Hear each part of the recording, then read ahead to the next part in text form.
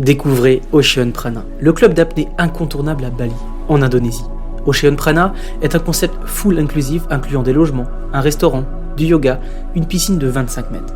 Ocean Prana est un freediving resort de classe mondiale, créé et dirigé par Yoram Zekri, l'un des plus expérimentés AIDA Instructor Trainer au monde avec 37 ans d'expérience. Que vous soyez débutant ou souhaitez vivre de votre passion en enseignant, Yoram et son équipe vous proposent des formations AIDA de niveau 1 jusqu'à niveau instructeur, ainsi que des packages personnalisés pour atteindre vos objectifs.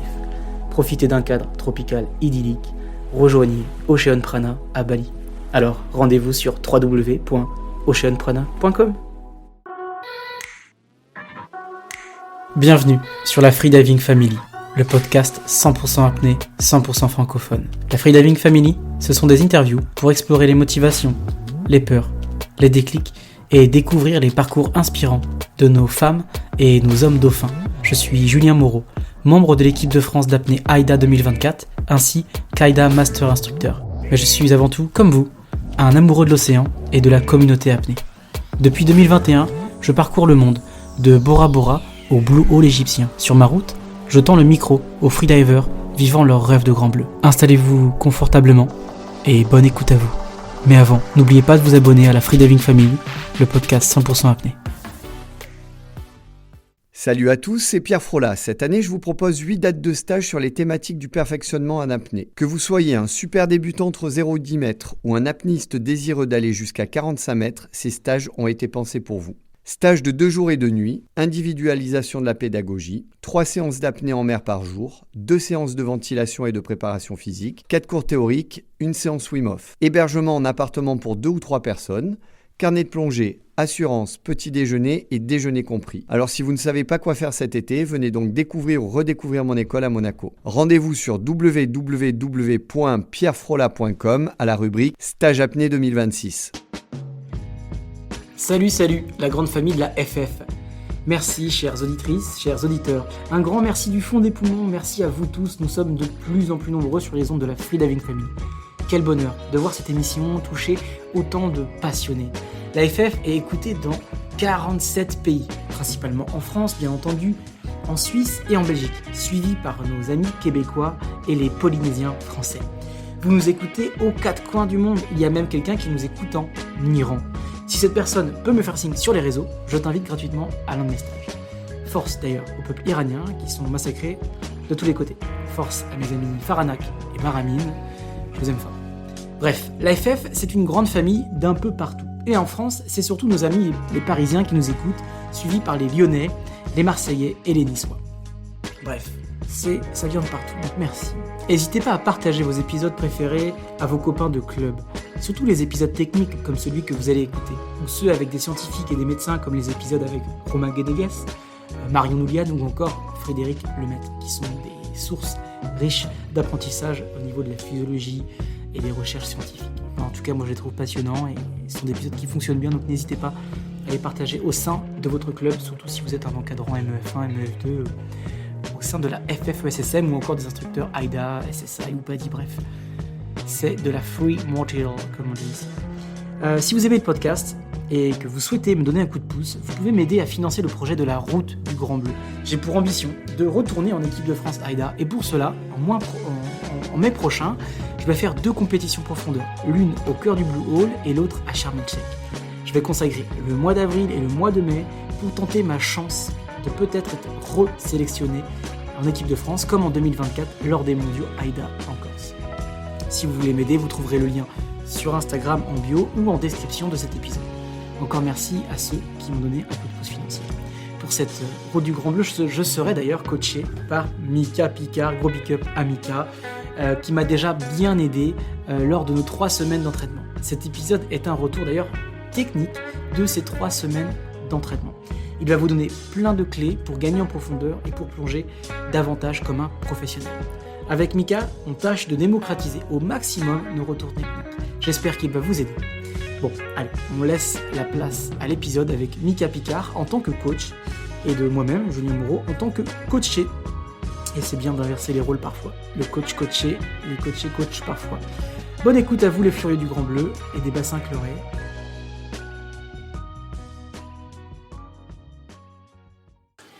Eh bien, mesdames et messieurs, nous sommes de retour sur la Freediving Family avec Mika Picard. C'est un épisode un peu spécial parce qu'aujourd'hui, c'est une conversation avec Mika, mais pas en tant qu'invité. Mika, ça a été mon coach pendant 3 semaines. Et donc, on a décidé de faire un retour d'expérience sur les problématiques que j'ai rencontrées, sur comment on a travaillé dessus, quelles solutions et quels résultats on a trouvé. Voilà, l'idée, c'est de faire un retour d'expérience pour vous aider à trouver des clés pour que vous puissiez plonger plus profond. Donc merci Mika d'être là déjà. Ouais, avec plaisir. C'est très cool d'être ici pour la deuxième fois. Et ouais, l'idée c'est ça, c'est de faire un retour d'expérience, voir aussi comment toi t'as vécu cet entraînement, parce qu'on a travaillé sur pas mal de points et il y a beaucoup de points intéressants. Donc je pense que ça peut être intéressant pour tout le monde, justement, de voir un peu sur quoi on a travaillé, les points techniques qui pouvaient bloquer, ce qu'on a pu fixer, etc. Donc ouais, ça va être cool. Du coup, dans les points techniques qu'on a fixés, Ouais. On va commencer par du facile, mais le virage. Oui. Tu te rappelles quand tu l'as vu Le virage, ouais.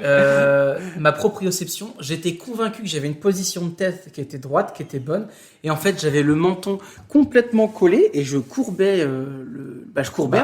Ouais, tu courbais. En fait, là, tu parles même. En fait, le problème, c'était le virage, mais ça partait aussi de la free fall. Ouais. Parce que là, ce que tu dis, donc pour décrire en fait le truc, c'est que du coup, tu rentrais vachement la tête, et en fait, quand tu rentres un peu trop la tête, t'as vite fait que ça t'emmène vers la corde. Donc, c'est-à-dire que les jambes partent vers l'arrière, et ensuite, ça te ramène vers la corde. Et donc, t'avais ça pas mal, et ensuite, du coup, ça affecte pas mal le virage, justement. Et oui, et d'ailleurs, quand on a trop la tête rentrée vers l'intérieur et qu'on fait son virage et qu'on remonte la tête, Oui. ça peut créer un espèce de vide Ouais, c'est ça. qui peut faire un suçon et potentiellement un squeeze de trachée. Ouais, donc il faut savoir, en fait, d'ailleurs, c'est intéressant que tu le mentionnes, c'est que quand Julien est venu me voir, donc il avait un peu ce problème de squeeze, donc il a encore toujours un petit peu. De trachée, ouais. Ouais, de trachée. Et en fait, du coup, l'idée, c'était... Après, c'est toujours la même idée quand on s'entraîne, mais c'était d'éliminer chaque aspect qui peut, justement, créer un barotrauma. Donc, et du coup, ça, le virage, on va dire que c'est une des bases, mais c'est vrai que c'est très, très important dans un dive. Et souvent, c'est dans ces petits détails que ça se joue, quoi. D'où l'importance, quand vous plongez, par exemple, je pense avoir de l'expérience, je suis quand même coach, bientôt instructeur-trainer, on a la sensation de faire quelque chose, et dès qu'on a un regard extérieur, ou quand quelqu'un nous filme, c'est là où on peut vraiment identifier notre proprioception, parce que parfois on s'en rend pas compte. Donc c'était ton œil là qui l'a vu. Moi dans ma tête, j'avais vraiment la tête droite, et aujourd'hui je dois vraiment travailler sur mon body scan pour garder cette position, et aujourd'hui le virage est complètement correct, ce qui fait que j'ai beaucoup moins de mouvements de tête et de trachée au fond, ce qui évite potentiellement des barotraumas sur la trachée. Donc tu me l'as fait travailler d'une manière au Blue Hole en utilisant la surface line du Blue Hole, ouais, c'est vrai. et tu me faisais des allers-retours.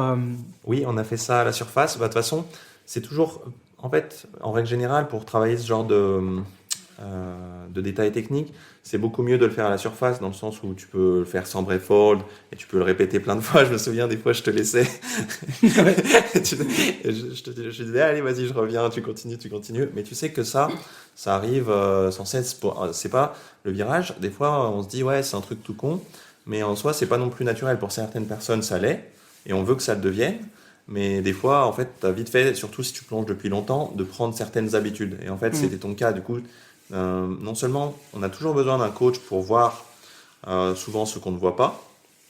Donc là, c'était le cas, par exemple, pour la position. Mais ensuite, il y a aussi, justement, ça prend aussi du temps. C'est plus simple d'apprendre à quelqu'un une nouvelle chose que de casser l'ancienne version et de refaire une nouvelle. Du coup, c'est vrai que ça avait pris un peu de temps, mais ça allait encore. Tu as appris vite, parce que des fois, je t'assure qu'il y a des gens, des fois, c'est impressionnant. C'est très, très long. Ouais. Petite dédicace à Quentin Easy-Schwartz, qui avait bien galéré avec les turns et la technique. Ah ouais? Ouais, il en a fait. Parce qu'il c'est pareil, il a pas une super proprioception. Et du coup, je me souviens, il en avait fait énormément. Il était avec Gus et il était sur la surface line en train de faire des turns et tout. Ouais. Donc déjà, la base, correction de la position de tête en chute libre, ce qui améliore le virage et qui protège de potentiels squeeze de la trachée. Et l'importance d'avoir un regard extérieur, même quand on est un compétiteur comme Quentin Easy-Schwartz ou un coach comme moi. Au niveau du free fall, il y a un truc dont je voulais te parler aussi. Ouais. Tu me disais souvent, Julien, garde la corde sur l'intérieur de l'épaule droite ou de l'épaule gauche, peu importe, mais laisse-la sur le côté, à droite ou à gauche dans ton champ visuel. Aujourd'hui, je me suis réentraîné beaucoup, j'ai fait pas mal de volume. J'arrive à conserver ma position de tête bonne, d'ailleurs grâce à l'ouverture des yeux. C'est la vue qui me permet de bien corriger ça. Donc parfois j'ouvre les yeux, mais je suis plus en chute libre, sans contact avec la corde, face à la corde, et je trouve que en fait, je déconnecte plus. Ouais, carrément. En fait, si tu veux, au tout début, par exemple, c'est vraiment bien d'avoir le contact de la corde. Donc nous, on recommande, moi, je sais que je recommande tout le temps d'avoir un contact au niveau de la corde, parce que ça aide le système nerveux. Tu sais que tu peux fermer les yeux et que la corde, elle est là et qu'à tout moment, tu peux l'attraper. Donc en fait, des fois, il y a des gens qui commencent directement par faire de la free fall sans la corde, et ensuite, tu leur fais toucher la corde, et ça change pas mal de trucs en termes de confiance, en termes de peur. Mais dans ton cas, au début, en fait, je te demandais de garder la corde dans ton champ de vision, parce que tu avais tendance, tu la mettais déjà contre ton épaule, mais elle était trop derrière. Et du coup, en fait, il y a un moment où tu ne pouvais plus la voir, vu que tu avais la tête qui passait dans la corde. Donc c'est pour ça, des fois, tu donnes quelques conseils comme ça, où je te demandais vraiment de garder la corde dans ton champ de vision. Parce que si tu as la corde devant toi, si tu as la corde dans ton champ de vision, c'est qu'elle est devant toi. C'était on va dire une cue, mais en somme, il n'y a pas de dogme. Hein. Franchement, c'est très très bien aussi de faire de la free fall. Tu le vois, il y a plein d'athlètes qui font de la free fall sans toucher la corde, mais tu vois, dans ce cas-là, il faut quand même l'avoir en visuel, dans tous les cas. Ouais, c'est vrai qu'au début il y a 2-3 ans, quand je commençais, ça me rassurait d'avoir la corde, peut-être de la sentir glisser. Et maintenant, tu te dis, quand tu sens ce contact-là, tu te dis, t'es en train de t'envoyer quand même en profondeur et en profondeur. Oui, en fait, c'est ça. Maintenant, j'aime bien le silence et juste être concentré sur mon body scan et ma compensation. Ouais, carrément. C'est vrai que quand tu commences à plonger sur des grosses profondeurs, c'est vrai de toucher la corde tout le long, ça te donne un peu un sens de distance, quoi, un peu. Que t'as pas forcément sinon. Super. Mika, on a passé du temps dans l'eau. On a fait 9 sessions au total dans l'eau, mais on a surtout passé du temps ensemble au sec à faire des exercices de yoga, des exercices de compensation. Et on a beaucoup travaillé le mouse feel avec l'autovent ou avec du bullage, avec des tubes. Des tubes. Les gens ne connaissent pas forcément, c'est pour ça que je précise. C'est un tube en plastique lesté avec quelques petits écrous qui sont reliés à l'autovent. Et là, on vient simuler la compensation en expirant l'air dans l'eau, en fait. Ouais. En fait, pour ajouter là-dessus, c'est assez simple. Justement, en fait, on souffle dans de l'eau, ce qui veut dire que en fait, l'air qu'on expire, on souffle, on compense l'air, voilà. Et en fait, on perd l'air. Du coup, ça simule en fait la compression de l'air. Mais du coup, c'est impossible du coup de récupérer de l'air. Alors que par exemple, dans un autovent ou dans un ballon, dans ce cas-là, des fois, tu peux très bien récupérer l'air à l'extérieur. Là, tu vas juste récupérer de l'eau. Ouais, c'est ça. Ça arrive souvent. Et là, ça a été un game changer pour moi. C'est qu'on s'est rendu compte, et je m'en suis rendu compte en m'observant, c'est que je faisais une carpe inverse sur la fin de mon mouse feel, sur la compensation K. Donc on le rappelle, en début sur un mouse feel, on fait les joues, on fait la mâchoire, on fait la langue en T, on arrive sur la langue en K, et la langue en K, hop, ma langue descendait et je venais sucer de l'air, je faisais une carpe inverse. Ouais, en fait, ça c'est quelque chose qui arrive, ça arrive assez souvent, en toute fin de langue, les personnes ont envie de faire justement une carpe inversée pour ramener de l'air. En fait, c'est qu'elles voudraient que ça continue plus longtemps, souvent. Oui. Donc on a souvent. C'était mon cas. Ouais, c'était ton cas aussi. Et du coup, dans ce cas-là, c'est justement de se dire, ok, mon air il est terminé. Et du coup, pour toi, c'est vrai qu'on a vachement travaillé là-dessus. Parce que je me souviens au tout début, où tu faisais justement la langue, puis tu faisais par exemple un petit reverse pack, tu continuais, encore un autre. Et du coup, en fait, ça faisait durer vachement le plaisir. Et je trouvais ça, après, ça se voyait. Mais aussi, à la fois, du coup, tu sens que ça devient très très long. tu es là en mode, je suis en train de tricher là. En fait. C'est un pélican, le gars, quoi. Donc, là où tu m'as aidé, c'est avec un exercice que tu appelais le workout, avec l'autovent, le ballon, et tu faisais le K. Compensé en K, pour ressentir vraiment la position de langue à la fin. Et quand on arrive dans cette sensation physique de position K, accepter que c'est la fin de la compensation. Et si on n'a pas touchdown, on tourne, et puis voilà. Ouais, c'est ça. Donc, cet exercice-là, je peux en parler un tout petit peu. C'est vrai que c'est un des exos que j'aime beaucoup. Donc, ça se fait avec un autovent. Et justement, en fait, tu viens compresser donc l'air dans le ballon avec la langue en K. Donc, tu viens pousser l'air dans le ballon et ensuite tu relâches, l'air revient. Et en fait, l'idée, c'est qu'en fonction du ballon que tu prends, tu peux prendre des ballons en fonction de comment tu le gonfles. Par exemple, plus tu le gonfles, moins il va y avoir de pression dans ton ballon.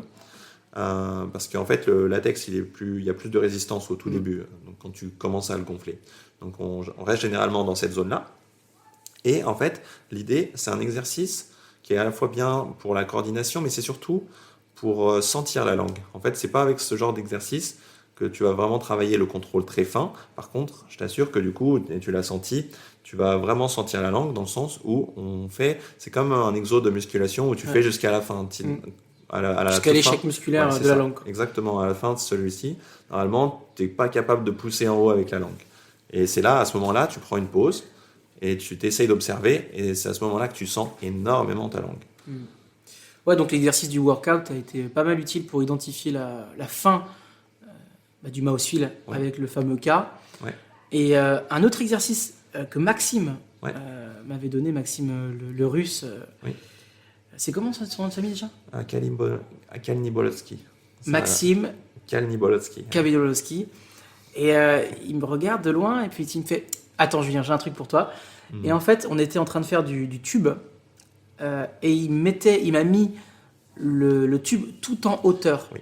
Ce qui fait que la sensibilité de la compensation est très très douce, très très soft, contrairement quand on le met au fond du tube où là il faut mettre plus de pression. Et c'est en travaillant cette sensibilité que j'ai compris en fait la fin du mouse feel. Ouais, c'est ça. En fait, carrément, déjà il faut savoir que pour tous les exos, donc, et c'est le cas par exemple pour le tube, il y a une courbe de progression. En fait, il y a une courbe de progression. Par exemple, si je donnais une petite pression, là je vais rentrer un peu plus de détails dans les pressions, mais c'est juste pour comprendre avant, vite fait, où ça se situe dans l'entraînement. C'est que par exemple, j'aurais pas pu te donner ça tout de suite. C'est-à-dire qu'au début, ce genre d'exo-là, on le fait plus tard, parce qu'en fait, il faut déjà s'assurer que ça soit plutôt bien, on va dire, à pression normale. Donc quand je dis pression normale, c'est dans le tube, en fait, on peut ajuster la hauteur de l'embout. C'est-à-dire que plus tu le mets profond, donc plus il y a d'eau au-dessus, plus la pression est élevée. En fait, plus tu dois créer de pression pour faire sortir les bulles. À l'inverse, du coup, si tu le mets proche de la surface de l'eau, il n'y a pas énormément de pression et du coup, les bulles sortent très très facilement. Ouais. Donc ça, c'est ce que tu viens de dire. Et du coup, c'est vrai qu'avec les tubes, on fait souvent, on travaille toujours par contraste. Donc, parce on comprend beaucoup de choses par contraste. C'est-à-dire que si tu le fais un coup avec une très très haute pression et qu'ensuite tu le fais à très très basse pression, tu vas vraiment, vraiment sentir le contraste, la différence en termes justement de pression appliquée avec la langue, etc. Donc on travaille beaucoup avec le contraste. Et ensuite, après, quand on commence à être vraiment... parce que toi, après, tu vois, oui, il y avait quelques petits défauts, mais tu avais quand même déjà bien bossé ton EQ. C'était pas non plus nouveau. Ah non, ouais. J'avais répété. Il y avait juste ce fameux cas et cette carpe inverse à la fin. Ouais. Et un petit peu au début, je me souviens un petit peu l'isolation, mais en vrai, la plupart des exos, tu pouvais le faire très très bien. Et justement, du coup, on a commencé, c'est ce que Maxime t'a donné, à travailler avec une très très petite pression. Donc en fait, les petites pressions, c'est énorme, c'est vraiment des bons exos pour gérer les transitions et surtout pour gérer la langue. Après, même les joues, en fait, tout. Parce qu'en fait, quand la pression est petite, comme ça, dans le tube, dès qu'on va faire un faux mouvement, il y a beaucoup d'air qui va sortir. Voilà, c'est ça. Et en fait, du coup, par exemple, souvent, c'est un problème que tu vois, c'est des gens qui ont des problèmes au niveau des transitions, par exemple, entre les joues et la mâchoire, ou la mâchoire et la langue, peu importe. Et justement... pour les gens qui ne comprennent pas ce que c'est une transition, oui. C'est quand on charge son mouse feel, et on a de l'air dans toute la zone oro-nasopharynx et on va engager les joues. Et une fois qu'on a fini les joues, il faut monter la mâchoire. Et une fois qu'on a fini les joues et la mâchoire, il faut engager la langue en T puis en K. Et dans ces moments de transition entre ces étapes, des fois on se mélange les pinceaux et ça part en cacahuète. Ouais, c'est ça. Et du coup, justement, ça part en cacahuète. Et donc, quand il y a peu de pression, la moindre erreur, en fait, ça va faire partir beaucoup d'air. Et du coup, donc toi, tu le sens. Et surtout, c'est très visible, en fait. Tu vois que dans le tube, en fait, ça fait un peu du bruit, les bulles. On peut entendre, ça fait le bruit des bulles. Et tu sens que dès que tu fais une erreur, boum, il y a plein de bulles qui sortent. Et donc, c'est vraiment bien pour travailler, on va dire, la finesse du mouvement. C'est-à-dire être vraiment tout doux avec la langue, vraiment sentir la position. Parce que du coup, comme il y a moins de pression, il y a moins de ressenti dans la bouche. On sent beaucoup moins la pression derrière la langue, etc. Donc, il faut être vraiment doux. Et c'est vraiment, en termes de contrôle, c'est le genre d'exercice qui est super, quoi. Et c'est important, en tant que freediver, d'avoir conscience de où est son problème technique sur le mouse feel et de le travailler de manière spécifique. Si par exemple c'est un problème de carpe inverse sur la fin du mouse feel, entraînez-vous avec des charges en G et ne faites pas forcément tout le mouse feel avec des charges en M. Il ne faut pas hésiter à être spécifique dans les charges et dans les transitions. Voilà, faut travailler sur ce que vous avez besoin. Et pas forcément sur tout, parce qu'on l'a vu avec Mika, sur du long terme, c'est fatigant en fait de faire de la compense. Ouais, c'est ça. Là, déjà, en fait, on se rend pas compte, mais c'est vrai que là, tu l'as peut-être pas mentionné, mais on a fait beaucoup d'EQ. On faisait quand même 1h30 par jour, 1h et demie par jour, et après on en faisait en plus le matin aussi, avant d'aller dans l'eau. Donc, en final, ça commence à faire beaucoup d'EQ, et surtout, quand tu commences à travailler, par exemple, le Murphy, même le Frenzel, en fait, tu fais beaucoup d'exos, donc en poumon vide. Donc en fait, c'est plein de breath-hold. Et au final, en une session, tu fais énormément de breath-hold. Et souvent, si tu te prépares pas bien, la fatigue s'accumule en fait. Tu peux vite être fatigué. Puis dans tous les cas, tu apprends un nouveau mouvement. Donc ça demande aussi beaucoup de concentration, etc. Donc ça, c'est clair que l'EQ, ça fatigue aussi. Ça a un impact. Ça, c'est clair. Et ouais, comme l'a dit Mika, on le rappelle, tous ces exercices de compensation, c'est après expi passive, voire après expi complète avec un Uddiyana Bandha, avec un belly in, en rentrant le ventre pour travailler uniquement avec l'air dans la bouche, sans tricher, voir si on a une fuite au niveau des cordes vocales de la glotte et qu'on ravale l'air, ou voir si on fait des carpes inverses. Travailler ces exercices poumon vide ou poumon semi-vide, ou voire poumon complètement vide avec un Uddiyana Bandha, c'est le top pour identifier... pour bien travailler la compensation. Ouais, et pareil pour isoler aussi, parce que des fois, on a tendance des fois à ouvrir un peu les cordes vocales, etc. Donc quand tu fais ce genre de manipulation, dans ce cas-là, tu es tranquille, tu es sûr que ça ne s'ouvre pas, ou si ça s'ouvre, tu le sais très vite. Et donc ouais, c'est vrai que tu as vite fait d'être, on le voit, les gens d'être fatigués, quoi. Les gens qui s'entraînent, si tu t'entraînes 2-3 semaines avec ce rythme-là, en fait, tu commences à le sentir. Au bout d'un moment, il y avait des soirs quand même, je me souviens, t'étais là, t'en avais bien marre de l'IQ, t'avais envie de rentrer chez toi, quoi. Et de dormir, ouais. Donc voilà, après, c'est aussi de trouver un juste milieu, en vrai. Un truc à dire, c'est que du coup, il n'y a quand même pas de secret. Au final, tu vois, pour avoir des résultats, il faut quand même un certain nombre. La répétition. Ouais, c'est ça. Il n'y a pas de secret, c'est la répétition. L'observation.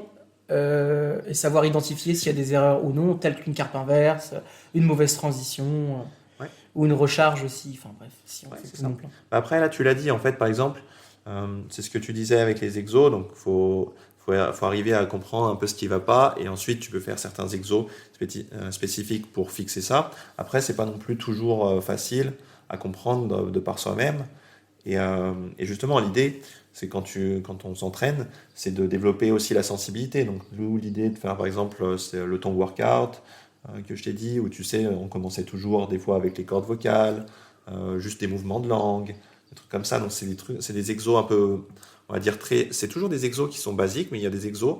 Leur but, c'est juste de te rendre plus sensible. Il y a des exos, tu travailles vraiment la coordination. Certains, c'est des exos où c'est plus pour travailler la sensibilité. Mais en fait, c'est important. Parce que peu importe ce qui se passe, si tu es capable de le sentir, après, c'est sûr, il faut connaître les exos, mais si tu es capable de le sentir, au moins, tu peux donner un feedback qui est précis à ton coach. Par exemple, tu peux dire « Ah, là, j'ai vraiment senti que j'avais rien derrière la langue, ou que c'est monté, ou alors à la transition, là, j'ai perdu pas mal d'air, ou peu importe. » Mais du coup, le feedback est quand même plus précis. Et du coup, pour nous, ça aide énormément. Ouais. Souvent, des fois, on a des feedbacks des étudiants... Ah, c'était super. Oui, c'est ça. Et t'as fait quoi? Ah non, mais c'était super. T'es incapable d'avoir un retour technique spécifique. Ouais, c'est ça. Et ça arrive très souvent. Ouais. Donc, c'est pour ça que l'idée, c'est que si tu travailles la sensibilité, petit à petit,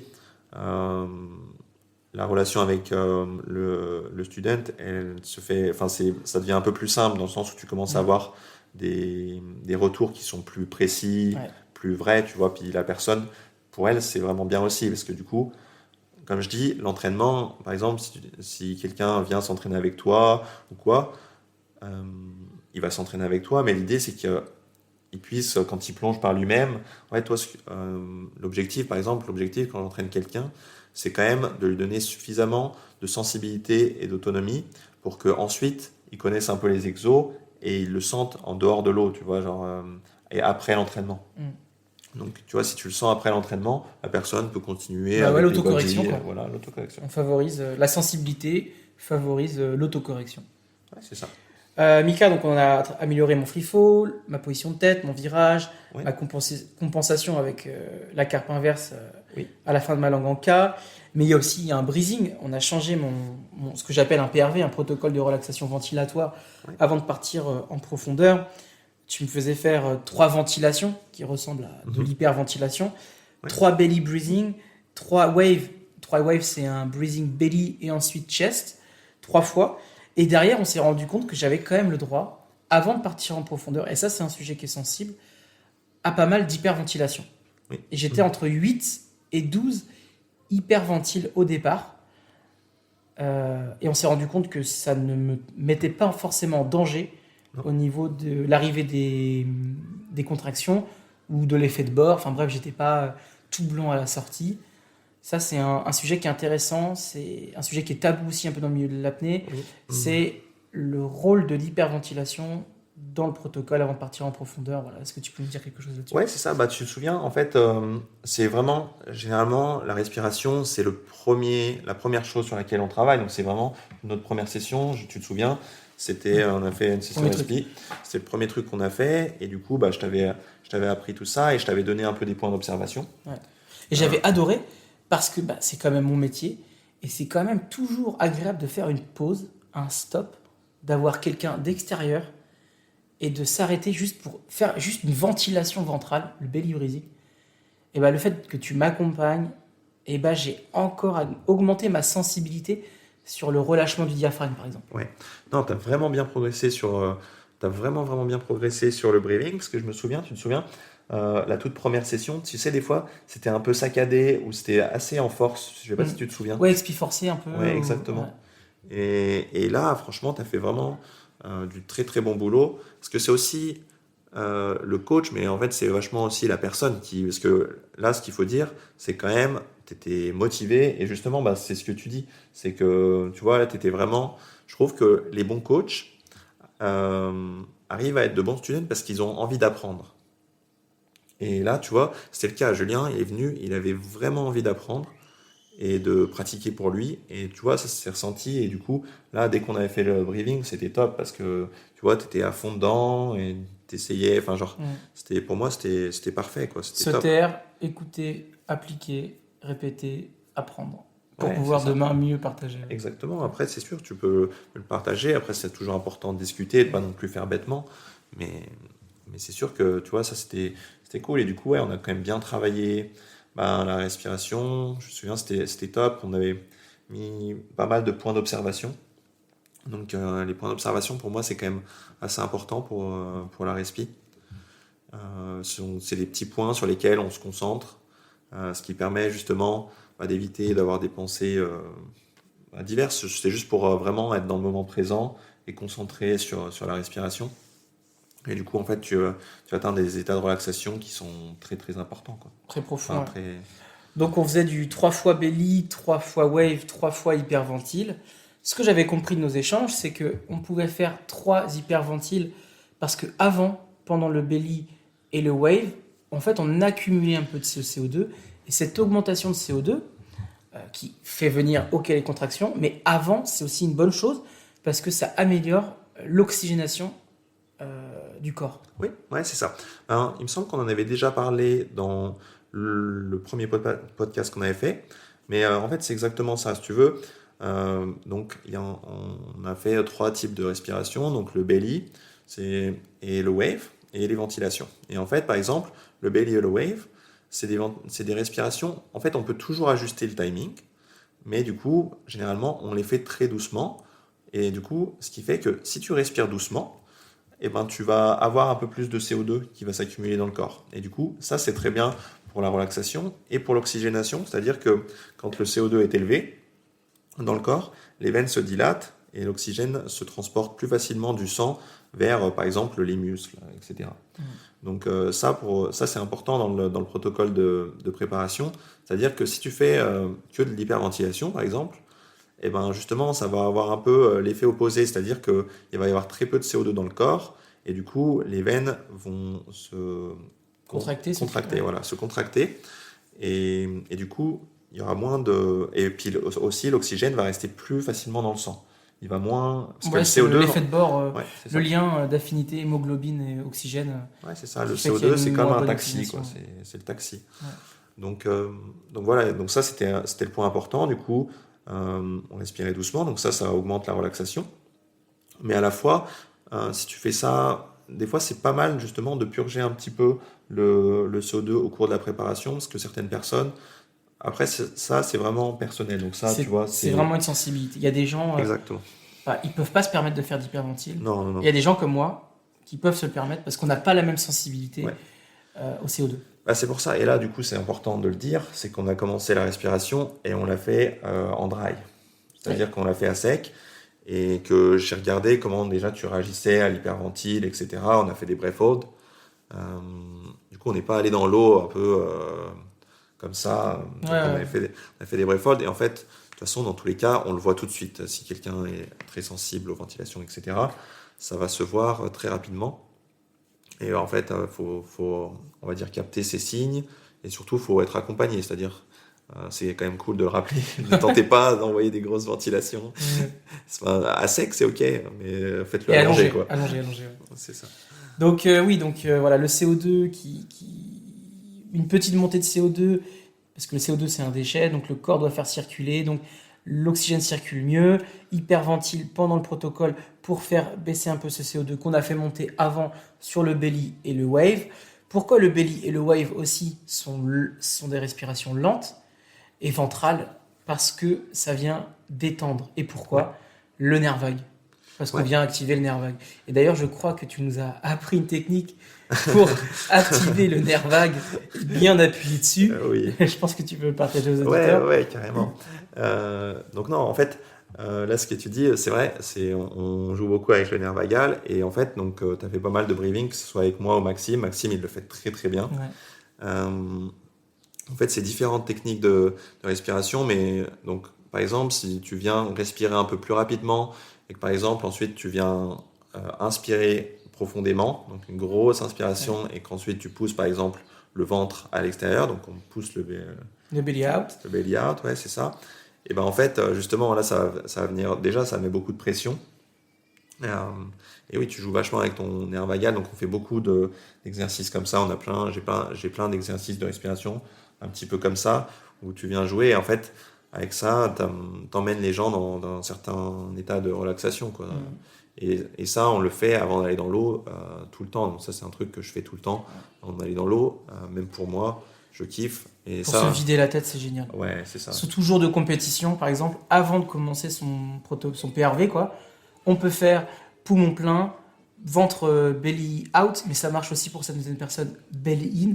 L'objectif, c'est de faire monter la pression, d'appuyer sur le nerf vague, qui est aussi appelé le nerf pneumogastrique, qui est le nerf le plus long de notre corps, qui part du haut du crâne jusqu'en haut des intestins, et qui a pour but de jouer sur le système parasympathique, qui est tout simplement de calmer l'organisme. Et donc, si on a besoin de se vider la tête, cette technique, elle fonctionne vraiment très bien. Est-ce que tu as d'autres exercices ventilatoires pour activer ce nerf vague? En fait...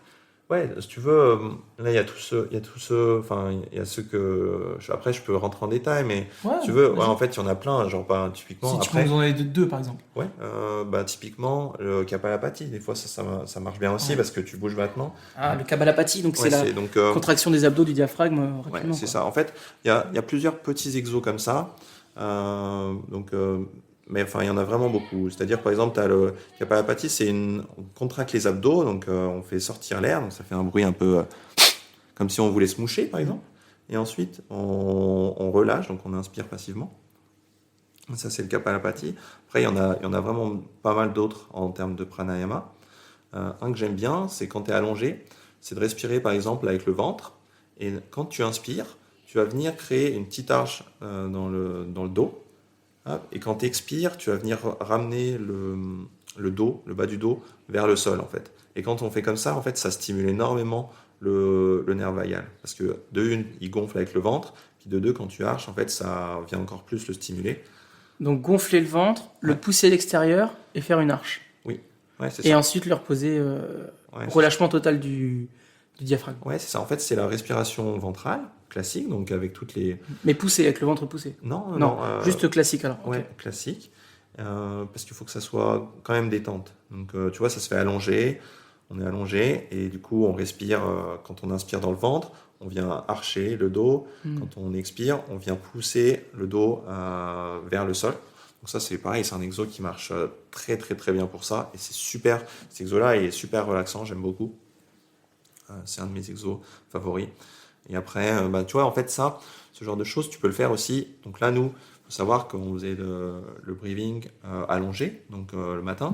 L'idée de ça, c'est d'atteindre des états de relaxation très avancés. En fait, ça te permet d'ouvrir une certaine idée de la relaxation que tu peux atteindre et ensuite de comparer avec l'eau. Ouais. C'est-à-dire que si tu vois qu'en dry, tu atteins des niveaux de relaxation de ouf avec le breathing, en fait, ça te permet de donner un référentiel et de se dire, ouais, tu vois, je peux atteindre ce niveau-là. Donc dans l'eau, en théorie, en fait, ça te permet de savoir si tu es relâché ou non dans l'eau en t'exposant à des niveaux de relaxation plus importants.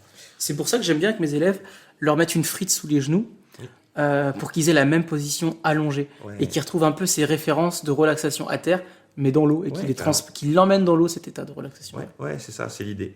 Donc carrément, ça c'est avec les frites.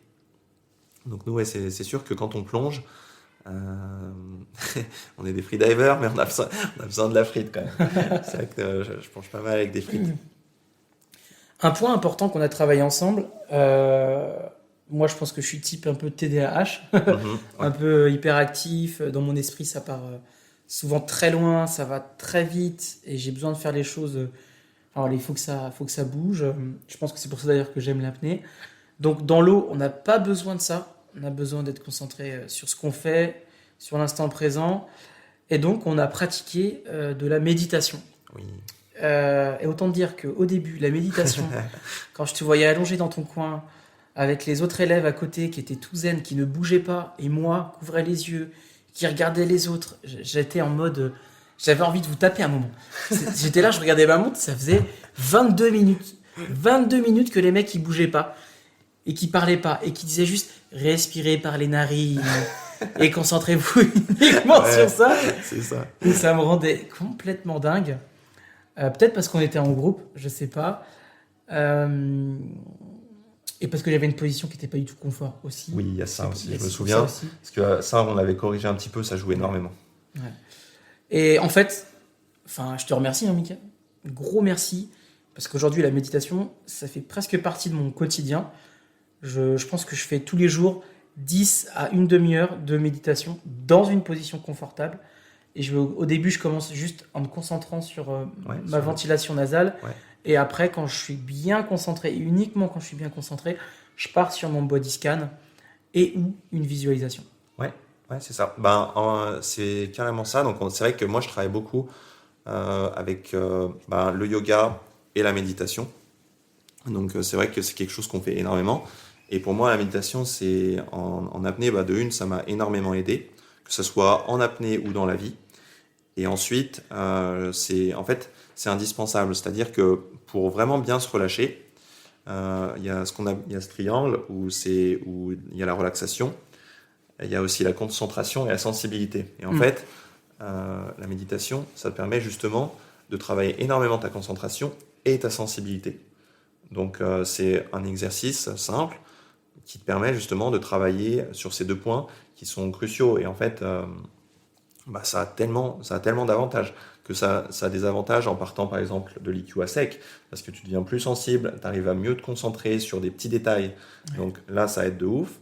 Ça aide de ouf quand tu es dans l'eau. Tout simplement, l'idée c'est aussi quand on plonge, ça va être, ou quand on se prépare justement, c'est toute une histoire de comment tu contrôles ton attention. Parce que par exemple, souvent, quand on descend, ça arrive justement d'avoir en fait des pensées parasites, ou je commence à être trop profond, ou là je vais pas pouvoir remonter, ou là mon IQ elle va pas m'emmener au fond. Ouais. Donc, Ou c'est mon dernier entraînement, j'ai envie de faire un PB, je prends l'avion tout à exactement. l'heure. Ou je vais retrouver ma femme, j'ai pas discuté avec elle de ça. Bref, ça peut partir dans tous les sens. Et la méditation, c'est ça que ça m'a apporté, c'est le pouvoir de l'intention et du focus.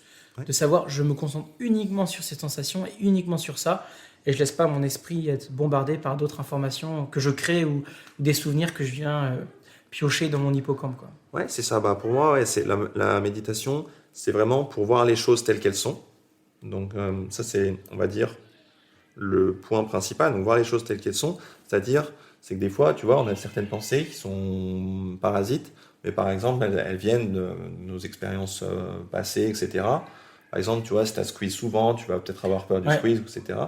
Donc ça, c'est des pensées, on va dire, qui sont parasites, qui sont liées à une expérience que tu avais avant. Donc ça, c'est vrai que la méditation, ça te permet, on va dire, de prendre du recul ou d'avoir un temps, en fait, un temps de réaction t'as un petit temps, en fait, qui te permet de rattraper ta pensée, en fait. C'est-à-dire de ne pas partir en panique et de se dire, ok, c'est juste une pensée, je reviens sur ce que j'étais en train de faire. Et même en termes d'attention, tu vois, quand tu descends, il y a quand même pas mal de petits détails, ça dépend des personnes, mais il y a pas mal de petits détails à penser, la technique, la relaxation, la compensation. Donc c'est pas mal de choses qui demandent, on va dire, de la concentration. Et souvent, il suffit que tu aies un moment où tu ne sois pas concentré. Certaines personnes, juste à un moment comme ça, Et hop, c'est ça fini. peut terminer leur Ouais. dive. Donc voilà, ça c'est quelque chose Ouais. d'assez important. Ça, c'est très vrai. On a beaucoup Et d'élèves. Hop, un petit truc qui va pas sous l'eau et ça s'arrête. ouais, c'est ça. Et un truc très important, et c'est vrai que donc je fais beaucoup de méditation en dehors de l'eau, mais l'idée c'est d'amener la méditation dans l'eau. Et tu te souviens, je t'avais donné cette tâche que j'aime beaucoup, c'est tu te concentres sur, tu prends quelques points du corps. Donc ça varie. Je garde pas toujours les mêmes points. Je donne des points différents en fonction des personnes. Mais tu vois, par exemple, toi, je t'avais donné la face, les Les épaules, épaules. le ventre et les jambes. Mm. Donc en fait, ça, c'est des points, on va dire que ça va être des points d'observation où on va regarder s'il y a des tensions, etc. Et entre-temps, on travaille la déconcentration de l'attention. Donc c'est un état où en fait, on observe ce qui se passe, mais on ne se concentre pas sur un point en particulier. Donc on arrive à se concentrer sur plusieurs choses en particulier. En fait, c'est comme si notre attention, au lieu d'être portée sur un point, ça peut être porté sur plusieurs points. Focus, défocus. Ouais, c'est ça. Et Moi, du je coup, dis de l'ensemble du corps, quoi. ouais, c'est ça. L'ensemble de Donc, l'environnement. Et puis après, hop, on va en spécifique et hop, on reculait, hop, on avançait, hop. ouais, c'est ça. On Du recule. coup, souviens-toi, je te donnais toujours, donc on se concentre sur la face, essayer d'avoir le visage bien relâché, et ensuite on se déconcentre, c'est-à-dire qu'on essaye de ressentir le corps dans l'espace. Ensuite, on vient se concentrer sur les épaules, ressentir à nouveau le corps dans l'espace, ressentir la technique, etc. Le ventre, le corps dans l'espace. Les jambes, le corps dans l'espace. Et en fait, on vient faire cette gymnastique de l'esprit où on vient se concentrer, se déconcentrer, se concentrer, se déconcentrer. Et l'avantage, c'est qu'on n'a pas besoin de penser à autre chose de Oui. la peur de la profondeur, la peur du temps d'apnée. On est concentré uniquement sur son état à Oui. l'instant T. Ça, c'est un des avantages principaux parce que souvent, on va avoir des gens qui ont par exemple des troubles de l'attention ou quoi. Et justement, en fait, de faire ces exos-là, ou par exemple des peurs qui sont des fois injustifiées.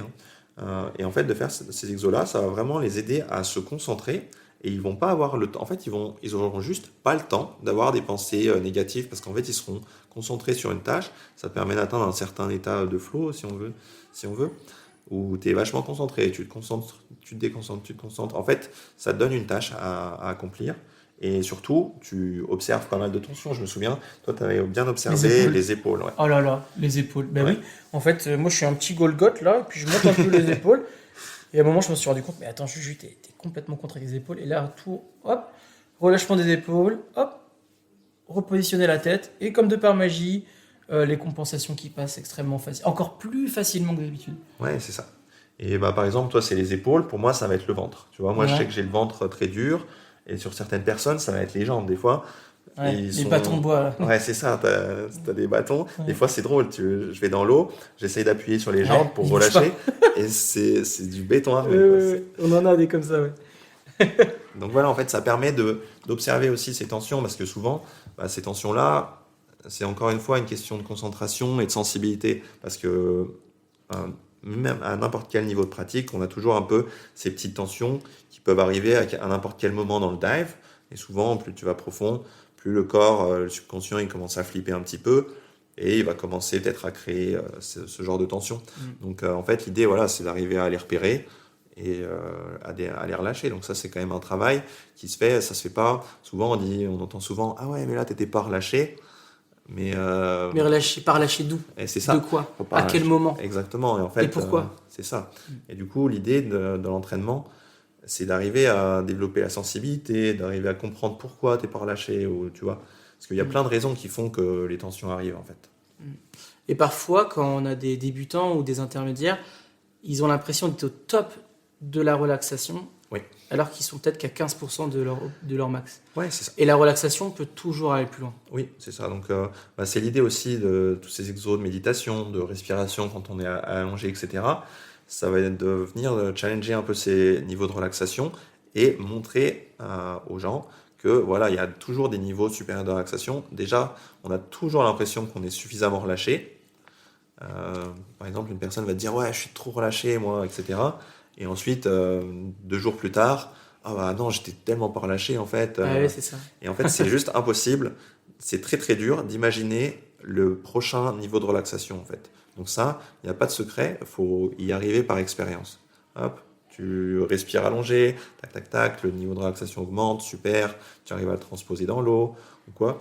Et en fait, voilà, c'est pas un truc que tu peux t'imaginer, c'est pas un truc aussi facile que ça à imaginer quoi. Non, ouais. Mika, je voulais qu'on revienne un peu sur la périodisation Oui. des entraînements sur les 3 semaines. Ouais. Parce que tu m'as pas envoyé. J'ai quand même fait un PB avec Mika, j'ai plongé à 66 mètres. Mais tu m'as pas envoyé en profondeur directement. Non. Au début, on a travaillé en faible profondeur avec beaucoup de slow dive, de méditation, de body scan. Et puis ensuite, on a envoyé quoi. Ouais, c'est ça. Bah, en fait, c'est aussi en fonction de tes objectifs et de moi, ce que j'ai envie de te transmettre. Parce qu'en fait, tu vois, au tout début, dans tous les cas, on commence toujours l'entraînement, on n'a pas besoin d'aller très profond, quoi. Au début, je pense qu'on était resté sur 30 mètres. 30 mètres, ouais. Voilà. Et en fait, voilà, c'est toujours pareil. On était resté sur 30 mètres, mais en fait, on a commencé à travailler sur l'intention, donc la méditation, donc les hangs, etc. On a ajouté un petit peu de FRC quand même pour avoir l'adaptation, etc. Pour commencer à travailler un petit peu avec l'IQ. Après, beaucoup de slow Donc dive. le FRC, c'est Ouais. de l'expiration, c'est-à-dire qu'on part avec des poumons qui sont pas complètement pleins Ouais. pour simuler la profondeur. Ouais, Donc tu plonges à 30 mètres, mais en réel, tu es à 50 quoi. ouais, par exemple. Donc voilà, on a fait ça. On a fait beaucoup de slow dive. On allait tout doucement et pareil, on travaillait encore avec l'attention. Ah, le slow dive, je m'en souviens, j'avais fait 1 minute à 43 mètres là. Mhm. J'étais bien. Ouais, Oh, ouais. La pression Je me souviens, partielle c'était un d'oxygène. Très très beau, très très beau dive. Mais ouais, voilà, tu vois, les slow dive, ça c'est important pour que ce soit pour la confiance, pour la relaxation aussi. Donc voilà, en fait, on travaille, on prend chaque petit point. Tu vois, c'est à ce moment-là aussi qu'on a travaillé les turns, on avait aussi beaucoup travaillé la technique, la vitesse. Ouais, c'est vrai que j'avais un problème. Ah, c'est ça aussi que j'ai pas noté. J'avais un problème de vitesse en Oui. immersion Ouais, ça, de libre. toute façon, on peut en Ouais. revenir justement, là, en parlant de ça, on peut en revenir parce qu'on l'a découvert, on l'a découvert après. Ouais. J'étais trop lent, en fait, tout simplement, sur l'immersion libre. Ouais, c'est ça, en fait. Donc là, voilà, juste pour revenir, du coup, on a commencé un peu profond, etc. Et ensuite, quand on commence à voir certains feux verts, là, on a commencé à faire des drills un petit peu plus profonds. Et voilà, et surtout, en fait, à un moment donné, voilà, on s'est rendu compte que oui, tu avais besoin d'aller un peu plus vite. Et ça, souvent, en fait, c'est souvent le problème en immersion libre, pardon, c'est la vitesse. Souvent, on a tendance à avoir des dive times qui commencent à être longs. Et en fonction de ton adaptation, etc., il se peut que tu aies quand même des grosses contractions. Ouais, ce qui est mon cas. Ouais. Et c'est ce qui est ton cas. Et pour moi, du coup, pour en revenir à ça, justement, on avait découvert quand même que les squeezes étaient quand même vachement reliés aux contractions. Ouais. C'est-à-dire que une fois, je me souviens, tu avais eu un bébé squeeze sur un hang. Ouais. Et en fait, moi, j'étais à 15 sous l'eau. mètres, quoi. Ouais, c'est ça, À à 15 mètres. Hein. Donc, et moi, j'étais sous l'eau. Et en fait, j'ai observé les contractions que tu avais. Et en Boum. fait, elles étaient énormes. Elles étaient énormes. Et en fait, il faut savoir que Julien a un diaphragme qui est très puissant parce qu'au final, tu l'entraînes tout le temps. Parce que tu es toujours en train de respirer, etc. En plus, toi, tu étais nageur. Donc, c'est un diaphragme qui est très, très puissant. Et en fait, il avait des contractions où justement, le diaphragme descendait énormément. Et en fait, ça faisait rentrer le torse. Ouais. Mais c'est assez impressionnant à voir sous l'eau. Et c'est vrai que quand j'ai vu ça, je me suis dit, waouh, ok, il y a un truc là. et du coup, ouais, on s'est rendu compte que les contractions, ça affectait pas mal le squeeze, quoi. Parce que là, du coup. Et du coup, après, on faisait des hangs sans contraction. Oui. Et c'était incroyable parce que quand j'ai dit à mon esprit, Julien, tu plonges sans contraction, et bah, première dive, 2 minutes, troisième dive, 3 minutes. Et quand je faisais avec contraction, je montais, attends, j'ai des chiffres là, je faisais 3 minutes au premier et au deuxième, je faisais 3,46. Donc en gros, 46 secondes de plus sur le deuxième warm-up. Mais c'est pas du tout la même chose pour le corps de s'immerger sans contraction. Il y a une sensation de facilité qui s'ancre dans l'esprit qui fait que c'est quand même beaucoup plus facile quand le corps il sent que c'est easy, quoi. Ouais, et ben là, du coup, ça fait une transition parfaite sur la suite parce qu'en fait, donc ouais, il y a les hangs sans contraction. Donc ça, pour moi, c'est quand même aussi très très important où tu y vas vraiment pour le plaisir et en fait, tu ajustes le challenge parce que en fait, pour moi, un des points principaux qu'on a vu dans cet entraînement, c'est que tu avais tendance à toujours avoir cette mentalité où tu pousses un peu. Ouais, je vais chercher, quoi. Ouais, c'est ça. Et en fait, en fait, moi, ce que j'avais observé, c'est que par exemple, donc voilà, sur les hangs, Julien faisait quand même pas mal pousser, on va dire, son temps d'apnée. Pas dans un sens où c'est mal. Juste, tu vois, parce que les contractions, c'est pas quelque chose de mal. Et je sors complètement frais, Et d'ailleurs. tu sors complètement frais. Mais par contre, au lieu d'être un dive qui est mentalement très facile, ça va être un petit peu plus compliqué quand même. Et pareil, tu vois, on a fait beaucoup de plongées. En fait, au début, ça me faisait rire parce que je te donnais par exemple une tâche technique, par exemple un dive à 30 ou à 40, et ensuite tu remontais. Mais je me souviens, tu me le faisais beaucoup avec les FRC. Avec les FRC. Et en fait, il remontait tout doucement. Et je me dis, ouais, mais attends, ça commence à faire un gros dive time, etc. Et c'est vrai que des fois, par exemple, en remontant des FRC, t'avais les lèvres plutôt marquées, ou alors... ouais, je faisais durer le temps d'apnée, quoi. Et en fait, tu faisais durer le temps d'apnée sans cesse. Et en fait, le truc, c'est quand on fait ça, on rend un dive... Enfin, ça peut être vraiment cool, il faut le faire de temps en temps, mais du coup, tu as très vite fait de rendre un dive qui est censé être très facile, beaucoup plus engagé. Et en fait, le corps, enfin, ton cerveau, toi-même, tu le sens. Et du coup, c'est vrai que ça, c'est quelque chose qu'on avait bien travaillé. Après, je t'avais demandé de garder la vitesse, et tu avais vu énormément de différences. Ouais, bah du coup, à la fin, ça devenait même trop facile. J'étais là, ouais, bon, bah... Moi, je suis venu un peu pour un chier, quoi. Ouais, voilà, j'ai envie c'est ça. de... Et en fait, ça, c'était vachement une mentalité. Bah, toi, c'est vrai que tu faisais... Moi, je faisais des aventures un peu engagées. Ouais, c'est ça, et t'aimes bien sortir de ta zone de confort. Et il y a pas mal de gens qui font aussi de l'apnée justement pour sortir de leur zone de confort. Mais c'est quand même un juste milieu à trouver entre trouver du confort pour venir, on va dire, renforcer l'expérience positive, etc. Et aussi, à certains moments, sortir de la zone de confort pour se challenger. Et en fait, si tu te challenges tout le temps, et ben, du coup, ton corps associe les dives avec quelque chose de difficile. Ouais. Alors que là, tu vois, on a commencé à faire des dives qui étaient beaucoup plus... Ils n'étaient pas plus faciles, mais juste, on ne faisait pas durer le plaisir ou quoi que ce soit. Et du coup, ils devenaient beaucoup plus faciles, on va dire. Ça avait beaucoup moins d'impact. Et du coup, tu ressors d'un dive et ton corps, il se dit, ouais, mais c'était quoi ça? C'était beaucoup trop La dernière facile. fois, tu m'as fait faire 60 mètres, là, sans me dire. Ouais. J'étais là, mais mec, je regarde ma montre, je fais, bon, je sais pas, je pensais que tu m'avais emmené à... Franchement, c'était trop facile pour que ça soit 60 mètres. Ouais, c'est ça. Ouais. Et c'est ça qu'on veut, en fait. Ouais, c'est ça. En fait, il faut que tu fasses le dive et tu te dises, waouh, c'était... Parce que, par exemple, là, c'est vrai que je ne te l'avais pas dit. On avait fait un drill, parce que justement, là, en termes de périodisation, il aurait fallu qu'on ait quand même quelques sessions en plus, parce que là, on commençait à aller plus profond. Et justement, on a fait un drill où on charge le main fil, donc à 10 mètres. La profondeur de la charge, ça joue vachement sur la profondeur à laquelle on peut emmener le main fil.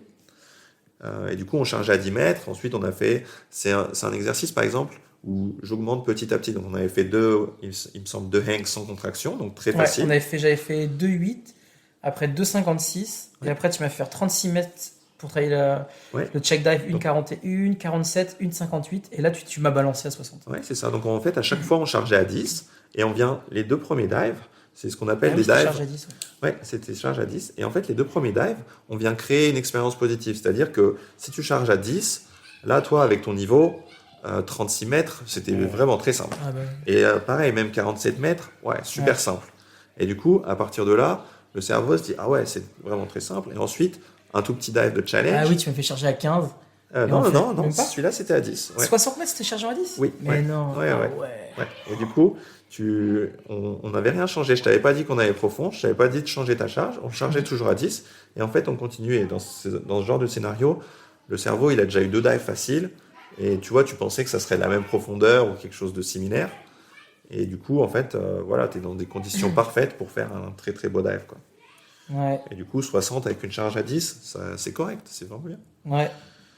Et ben en tout cas, merci Mika pour ces 3 semaines d'entraînement. Merci à toi. Encore une fois, je pense que c'est important de le dire. C'est que des fois, justement, quand tu es coach, c'est cool aussi de se faire des entraînements par soi-même. Et je trouve que pour le coup, parce que j'entraîne beaucoup de gens qui sont déjà instructeurs, qui sont déjà coachs. Et là, c'était vraiment un plaisir de travailler avec toi parce que en fait, tu as vraiment la soif d'apprendre. Et genre ça, je trouve ça trop cool. Tu as la soif d'apprendre, la soif de t'améliorer. Et ça, c'est top, tu vois, parce que du coup, tu écoutes, tu poses des questions, tu prends des notes, etc. Et du coup, c'est toujours un plaisir de travailler quand c'est comme ça, quoi.